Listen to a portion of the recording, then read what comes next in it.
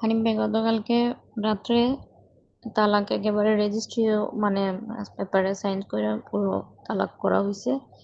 আর হইলো তুমি হুজুর এ জানাইও যে ওই যে মাঝখানে এসে মিল ছিল, এটার উদ্দেশ্য হইতেছে ওর আমার বলে যে একটা ভিডিও দিতে আমি যা বলছি সব মিথ্যা বলছি, হ্যাঁ ভুল বুঝছি মিথ্যা বলছি এগুলো এগুলো আমারে বলার জন্য।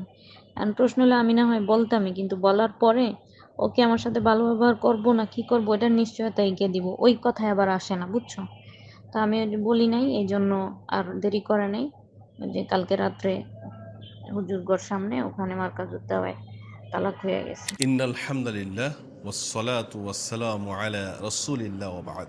কাছে এবং দূরে দেশ এবং প্রবাসে যে যেখান থেকে দেখছেন সবাইকে জানাচ্ছি আন্তরিক শুভেচ্ছা, অভিনন্দন, ভালোবাসা। প্রিয় দিনী ভাই ও বোনেরা, আজকে খুব স্পর্শকাতর একটি বিষয় নিয়ে আমি হাজির হয়েছি।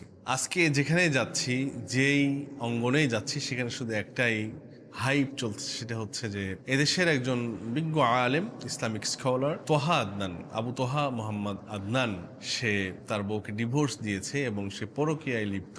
আলেম সমাজ রসাতলে চলে গেছে, ব্লা ব্লা ব্লা, এই অনেক বিষয় নিয়ে এই একটি হাইপ চলছে, যেটি আমাদের জন্য খুবই দুঃখজনক এবং খুবই বেদনা বিধুর। আমি সবার উদ্দেশ্যে বলতে চাই, আবু তোহা আদনান কোনো ইন্টারন্যাশনাল ইসলামিক স্কলার বা কোনো আলেম নয়। তিনি একজন ইসলাম প্র্যাকটিচার বা ইসলামী যে বিষয়গুলো আছে সেগুলো নিয়ে তিনি পড়াশোনা করেছেন, এতটুকুই। সে একজন জেনারেল শিক্ষিত এবং আমরা যতটুকু দেখেছি, আমি বেসিক্যালি বলতে পারি যে কোরআনের আঙ্গিনায়, কোরআন প্রচারের যে আঙ্গিনা, তাফসীরুল কোরআন মাহফিলের যে ময়দানগুলো, সেখানে মাদ্রাসা ঘরনা, মাদ্রাসা পড়ুয়া এবং যারা মূল ইসলামিক স্কলার, মূল ধারা থেকে এসেছেন, তাদের দ্বারা মানুষ এতটা বেশি প্রতারিত হন নাই বা তাদের দ্বারা মানুষ এত বেশি কষ্ট পান নাই যতটা কষ্ট পেয়েছে আবু তোহা আদনানের দ্বারা। অনেক মাহফিলে তিনি যান দেরি করে, মাহফিল কমিটির সাথে দুরাচরণ, নানাবিধি প্রশ্নবিদ্ধ কিছু কারণে তিনি এদেশে সমালোচিত। ভেরি রিসেন্ট আমরা দেখতে পেয়েছি বউকে পাশবিক নির্যাতন এবং তার বউয়ের বিরুদ্ধে বিভিন্ন বহতান, মিথ্যা কথা বলে তার বউকে ঘর থেকে বের করে দেওয়া এবং মানবিক যেই বেঁচে থাকার যে অধিকার সেখান থেকেও লঙ্ঘিত করা হয়েছে।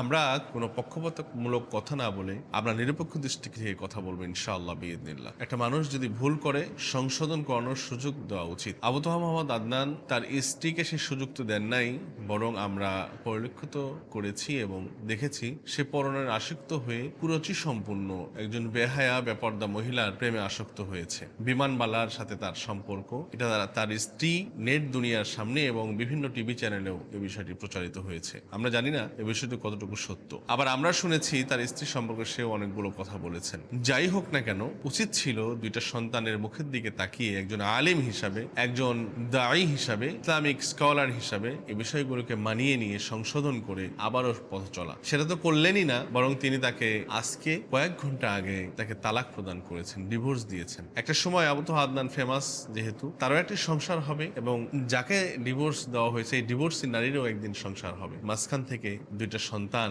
পিতৃ পরিচয় এবং মাতৃ পরিচয় থেকে আলাদা হবে, যেটা মানুষ হিসাবে অনেক কষ্টের, অনেক কঠিন। আমরা চেয়েছিলাম আমরা সমালোচনা করার মাধ্যমে তারা যেন এক ও অভিন্ন হয়ে সুন্দরভাবে আবার সংসার পরিচালনা করেন, কিন্তু দেখলাম তা তো হলোই না, বরং সেটা বিচ্ছেদ হয়ে গেল। একজন আলেম হিসাবে ভাষা পরিমার্জিত হওয়া খুব জরুরি, কিন্তু আমরা সেটা দেখতে পাইনি। আপনারা দেখেছেন গতকালকে বাংলাদেশের প্রখ্যাত ইসলামিক স্কলার মুফাসসিরে কোরআন আল্লামা সাদিকুর রহমান আল আজহারি হাফিজাহুল্লাহ, তিনি তাদেরকে নিয়ে বেশ কিছু স্পিচ দিয়েছিলেন। আমি সেটা ব্যক্তিগতভাবে কয়েকবার শুনেছি। সেখানে সুন্দরভাবে তাদের সংসার যেন সুন্দর হয় এই লক্ষ্যে তিনি কিছু কথা বলেছিলেন। যেহেতু তিনি একজন আলেম, আলেমদের দায়িত্ব রয়েছে, সে দায়িত্বের জায়গা থেকে কিছু কথা বলেছেন, এটা দরকার ছিল। গতকালকে আমরা দেখলাম চট্টগ্রাম পটিয়ার একটি পেজে আল্লামা সাদিকুর রহমান আল আজহারি সম্পর্কে কুরুচি সম্পূর্ণ বেশ কিছু কথা সেখানে লেখা হয়েছে।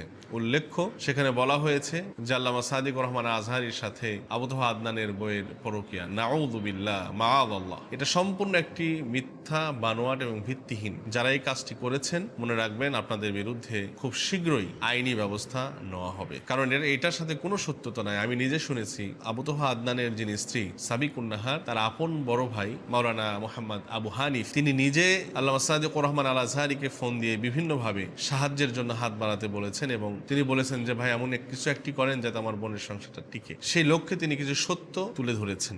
আপনারা আশা করি দেশবাসী এবং ইসলামী ঘরানার সমস্ত ভাই বোনেরা আপনারা বিভ্রান্ত হবেন না, আপনারা প্রোপাগান্ডায় কান দেবেন না। আপনারা কেউ দেশের সম্পদ, জাতির সম্পদ, আলেম ওলামা, বিশেষ করে আমাদের সকলের প্রিয় মুফাসসির, আমাদের সকলের প্রিয় আলেমে দ্বীন আল্লামা সাদিকুর রহমান আল আজহারি হাফিজাহুল্লাহকে কেউ ভুল বুঝবেন না। আল্লাহ রাব্বুল আলামিন আমাদের সকলকে সুন্দরভাবে জীবনযাপন করার তৌফিক দান করুন। আল্লাহ রাব্বুল আলামিন আমাদের পথগুলোকে সহজ করে দিন। আল্লাহ রাব্বুল আলামিন আমাদের এই কোরআনের ময়দানকে আমাদের জন্য সহজ করে দিন এবং কোরআন বলার রাস্তাকে আল্লাহ রাব্বুল আলামিন কবুল আর মঞ্জুর করুন। আমিন।